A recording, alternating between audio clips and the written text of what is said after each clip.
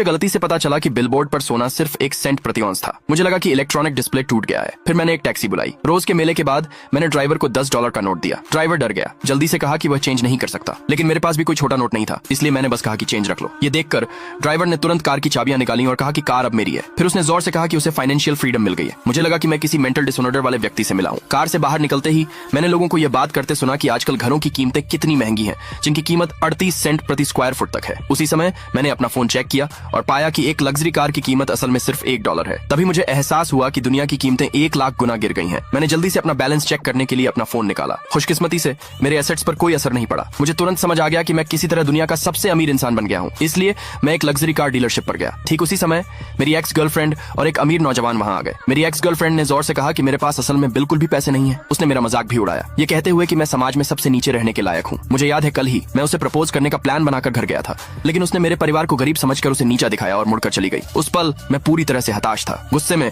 मैंने पास के एक बिलबोर्ड पर मुक्का मारा। ये उम्मीद नहीं थी कि वह बिजली से जलेगा। इसके बाद पूरी दुनिया की कीमतें 1 लाख गुना गिर गईं। हालांकि जब मैं उससे दोबारा मिला तो मैं बात करने की जहमत नहीं उठा सका, लेकिन वह अमीर लड़का अपनी दौलत दिखाने के लिए मेरे पास आने पर अड़ा रहा। इसलिए मैं सेल्स पर्सन की ओर मुड़ा और पूछा, शोरूम में सबसे महंगी लग्जरी कार कौन सी है? उसने तुरंत $30 की कीमत वाली एक टॉप टियर लग्जरी कार दिखाई। ये सुनकर मैंने बिना झिझक के उसे तुरंत खरीदने की तैयारी कर ली, लेकिन उस अमीर लड़के को यकीन नहीं हुआ कि मेरे पास पैसे हैं। उसने मैनेजर को बुलाया, मुझ पर स्टोर में परेशानी खड़ी करने का इल्जाम लगाया। मैंने जल्दी से समझाने की कोशिश की, लेकिन उसने मेरी एक नहीं सुनी। इसके बजाय उसने सिक्योरिटी को बुलाकर मुझे बाहर निकाल दिया। ठीक उसी समय ग्रुप की जनरल मैनेजर ब्रांच का इंस्पेक्शन करने आई। उसने उन्हें रोक दिया। उसे देखकर मैनेजर ने तुरंत जनरल मैनेजर से शिकायत की, मुझ पर गड़बड़ी करने का झूठा इल्जाम लगाया। मेरी एक्स गर्लफ्रेंड भी गवाह के तौर पर आगे आई। उसने दावा किया कि मैंने जानबूझकर लग्जरी कार पर खरोंच लगाने का इरादा किया था। जैसे ही मैनेजर को लगा कि उसने बहुत अच्छा काम किया है, जनरल मैनेजर ने उसके चेहरे पर जोर से थप्पड़ मारा। फिर उसने मुझसे इज्जत से माफी मांगी और मुझे पर्सनली सर्विस देने का ऑफर दिया। ये देखकर मैंने खरीदारी जारी रखने का फैसला किया। मैंने सीधे $50 का बिल निकाला। दूसरे पार्ट के लिए कमेंट में यस लिखे।